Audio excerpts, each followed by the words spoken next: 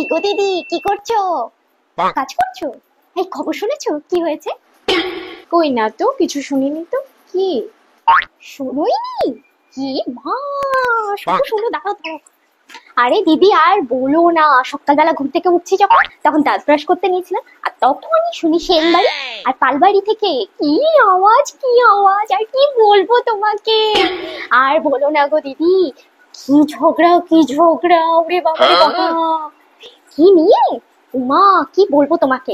কিছুদিন তো একটু ফুসফুস ফুসফাস শুনলাম, কিন্তু আজকে পুরো ব্যাপারটা ক্লিয়ার হয়ে গেল আমার কাছে। কি বলো তো, আরে পালবাড়ির মেয়ে আর সেনবাড়ির ছেলে ইন্টু মিন্টু চলছে গো। সেই নিয়েই তো পুরো ঝগড়া, পালবাড়ির বউ আর সেনবাড়ির বউয়ের মধ্যে। সে কি ঝগড়া, সে কি ঝগড়া।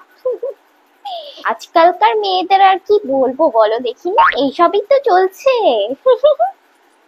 তা তোমার মানু কোথায়? ও, কলেজে। তা তোমার মানুকে কিন্তু আমি সেই দিন একটা ছেলের সাথে দেখেছিলাম। কে ছিল, চেনো? ও, সে কে হয় আমি কি করে বলবো, সে একটা ছেলের সাথে দেখেছিলাম, তাই তোমাকে বলার মনে হলো তাই বলে দিলাম। ও ওইসব কিছু মাথায় নেয় না গো, বাচ্চা মেয়ে সবে। সেটাই, বাচ্চা হলেই ভালো। 1 ঘন্টা হয়ে গেল গো দিদি, এখন আমাকে যেতে হবে। আরে বাবা, বাড়ি থেকে এখন বেরিয়েছি নাকি? 3 ঘন্টা আগে বেরিয়েছি। তোমার বাড়ির আগে আরো 3টা বাড়িতে গেছিলাম। হ্যাঁ, শ্যামলীদের বাড়ি, পম্পাদের বাড়ি, আর হচ্ছে কালুদের বাড়িতে, 3 বাড়িতে বলে তারপর তোমাদের বাড়িতে এলাম। এখন আবার যেতে হবে তোমাদের বাড়িতে। হ্যাঁ, কত কাজ ভাবো তুমি। এত সুন্দর একটা নিউজ না বললে হয় বলো? আর এইসব কি রেগুলার বেরোয়? Headline headline. তাই বলতে যাচ্ছি, পাশের বাড়ি টুম্পা আছে যে, ওদের বাড়িতে একটু বলে আসি। তো আসি গো দিদি, হ্যাঁ আসি আসি, আবার অন্য একদিন আসবো, ঠিক আছে? হ্যাঁ হ্যাঁ হ্যাঁ, অন্য একদিন, আর একদিন একটা খাস নিউজ নিয়ে আবার আসবো। চলি, হ্যাঁ চলি চলি। আসলাম গো মানুর মা। আর বলো না, পেটে পুরো খিল ধরে যাচ্ছে, হাসতে হাসতে পাগল হয়ে গেলাম আমি। এইসব কথা কি আর আজকের গো দিদি, সে কত বছর আগের কথা বলো তো। উফ বাবা। আরো করো, পালিয়ে বিয়ে যাও। আর আর না, নমস্কার। এই প্রেম করে বিয়ে করার জ্বালা আর না, বাবা রে বাবা। সেই শাশুড়ি আমাকে বিয়ের পর পর আমাকে দেখতেই পেতো না, সহ্যই করতে পারতো না, সেই শাশুড়ি আজ বাপরে বাপ কি বলবো। উঠতে গেলে আমি, বসতে গেলে আমি। ছোট বৌমা কোথায়? ছোট বৌমা শুয়েছে, ছোট বৌমা খেয়েছে, ছোট বৌমাকে দিয়েছে। ওরে বাবা রে বাবা। ওই সব সময় চোখের মনি হয়ে গেছি গো আমি। আগে যখন এই পাড়াতে থাকতাম তখন তো ঘন ঘনই আসতাম তোমার বাড়িতে। এখন না হয় অন্য পাড়ায় চলে গেছি ওর কাজের জন্য গো, ওর অফিসটা কাছে হচ্ছিল ওখান থেকে, তাই অন্য পাড়াতে চলে গেছি, জন্য আসাটা কমই হয়। তা আমি তো আসি গো, মাঝে সাঝেই আসি, তোমাদের এই দিকটা এলে পারেই তো আসি। তুমি কতবার যাও? তুমি একটু মানুষ অনুকে নিয়ে যেতে পারো না? বাড়িতে তো একাই থাকো সারাদিন। গেলেই পারো। কোনো স্কুলে ফাংশন 15ই আগস্টের জন্য? ও আচ্ছা আচ্ছা, হ্যাঁ শাড়ি তো লাগবে। আর ওই একদিনের অনুষ্ঠানের জন্য আর কি কিনবে গো? আমার কাছে অনেক ধরনের শাড়ি আছে। তুমি এক কাজ করো না, তুমি মানুষ অনুকে নিয়ে না হয় কালকে যেও আমার বাড়িতে, তোমার যেটা পছন্দ তুমি নিয়ে আসতে পারবে, ঠিক আছে? নয়তো তুমি মানু আর সোনুকেই পাঠিয়ে দিও, আমি ওদের হাতেই পাঠিয়ে দিব। আর শাড়ির সাথে যদি জুয়েলারিও লাগে, পুরো প্রত্যেকটা শাড়ির সাথে আমার ম্যাচিং ম্যাচিং জুয়েলারি আছে, যেটা পছন্দ হবে সেটাই নিতে পারবে। তা মানু সোনু কোথায় গো? ওদের দেখছি না তো। ও না গো, ওরা তো নেই। না, মানু তো ওই কলেজে গেছে আর সোনু তো স্কুলে। তার জন্যই দেখা হলো না, এতদিন পরে এলাম, ওদের সাথে দেখাই হলো না গো, খুব খারাপ লাগছে। ঠিক আছে, অনেকক্ষণ একটু বসলাম গো, এবার বাড়ি যাই।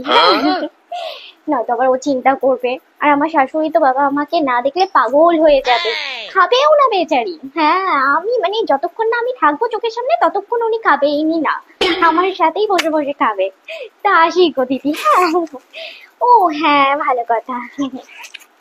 শোনো না দিদি, আমি না মানুষজনের জন্য এতেই পারিনি গো, একদম ভুলে গেছিলাম।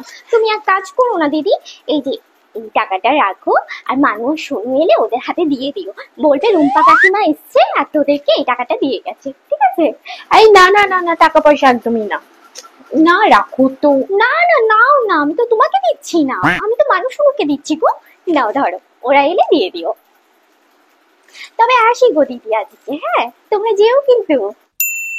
আরে মানু, তোর মুখটা কেমন কালো হয়ে গেছে রে? হ্যাঁ? আসলে কি বলতো কাকিমা, যারাই আমাদের বাড়িতে আসে তারাই শুধু অন্য স্কিনের দিকে প্রচুর লোভ দেয়। সবাই শুধু একই কথা বলে, আমি নাকি কি ফর্সা হয়ে গেছি, আমার স্কিন নাকি কত সুন্দর হয়ে গেছে। একমাত্র তুমিই আছো যে আমাদের বাড়িতে যখনই আসো তখনই শুধু বলো আমার স্কিন নাকি কেমন কালো হয়ে যাচ্ছে। তাই হবে হয়তো, কিন্তু এই বয়সে এরকম কালো হয়ে গেছে কেমনই লাগছে।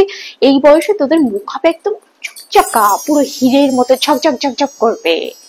আর কেমন বুড়োদের মতো হয়ে যাচ্ছে মুখটা। ওর জন্যই তো বলি ও দিদি, তোমার মুখটা কেমন কালো কালো লাগছে, পুরো চামড়াটা পুরো কালো কালো দেখাচ্ছে, ট্যান পড়ে গেছে বোধহয়। শোনো না দিদি, আমার কাছে না একটা ক্রিম আছে গো, আজকে সকালবেলায় এলো কোম্পানি থেকে, কাউকে দিইনি গো, পাড়াতে কারো বাড়িতে আমি এখনো পর্যন্ত যাইনি, জানিস মানু, কারো বাড়িতে যাইনি, সবার ফার্স্টে তোমাদের বাড়িতে গেলাম তোমাকে দেবো বলে। আর সেই ক্রিমটা না তোমারও কাজে দেবে, মানুরও কাজে দেবে। দুজনেরই মুখটা দেখো কেমন একদম পোড়া হয়ে গেছে, কালো কালো হয়ে গেছে। ও হ্যাঁ, মানু তো, ও তো এখন কলেজে টলেজে যায়, ও তো এখন হবেই। আরে এই ক্রিমটা মাখবে 10 দিনের মধ্যে পুরো একদম হীরের মতো চকচক চকচক করবে মুখটা। আর টাকা কি চাইছে তোমার কাছে, আমি বলেছি নগদ এখনই দাও টাকা, দেবে, ধীরে ধীরে অল্প অল্প করে শোধ করবে, কি আছে। খুব ভালো গো, খুব ভালো ক্রিমটা, নাও ধরো ধরো। আর আরেকটা আছে, এটা হচ্ছে এটা, দারুণ এটা, এত সুন্দর কাজ করবে, এত সুন্দর কাজ করবে। ওটা গেল ক্রিম, আর এটা হচ্ছে ফেস প্যাক। দুটোই লাগাতে হবে বুঝেছো, আগে ফেস প্যাক লাগিয়ে নিয়ে তারপরে তুমি মুখটা ধুয়ে নিয়ে তারপর ক্রিমটা লাগাবে, দেখবে পুরো 10 দিনের মধ্যে পুরো মুখ একদম ঝকঝক করছে।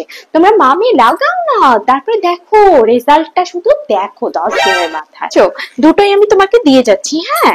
আরে নাও তো দিদি, এইরকম অফার কিন্তু বারে বারে আসে না, আর এটা কিন্তু কোম্পানি এখন অফার দিয়েছে, নাও তো নাও, অত কথা বলো না তো, দাম মাত্র 3100 টাকা গো। আচ্ছা ঠিক আছে, তোমার জন্য না হয় পুরোপুরি আমি 3000 করে দিলাম, ঠিক আছে, এবার তো খুশি, এবার তো নেবে। হ্যাঁ ঠিক আছে, চলি রে মানু, হ্যাঁ আবার আসবো, যাস।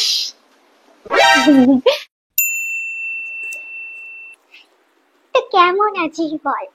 উফ বাবা, আর বলিস না, তোদের এখানে আসতে যে আমার কি অবস্থাটাই না খারাপ হয়ে গেছে।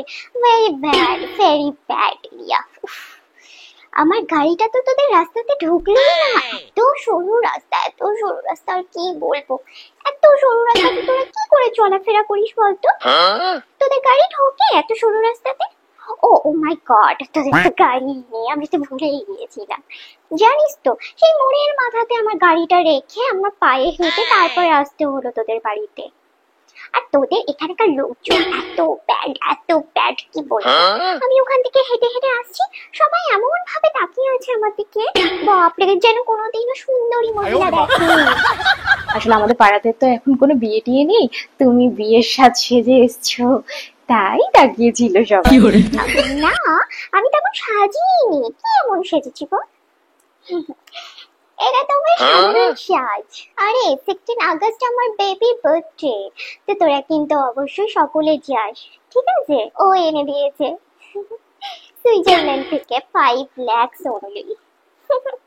তুই তো জানিস এইরকম দামি দামি জিনিস পরা আমার অভ্যেস আছে।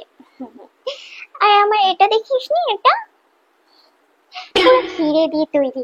তোরা কি এখানেই থাকিস একটু ছোট্ট রুমে? উফ বাবা, কোথায় কি রাখিস রে? এই তো পা শুরু হতে না হতেই পা শেষ হয়ে যায়। আর আমাদের বাড়িতে তো পা দিলে পা শেষ আর হবে না, এতটাই বড় বাড়ি, ওই 5 তলা বাড়ি। আর না, আমার হাজবেন্ড তো গাড়িতেই বসে আছে রে, ও আবার এক মুহূর্ত এসি ছাড়া থাকতে পারে না।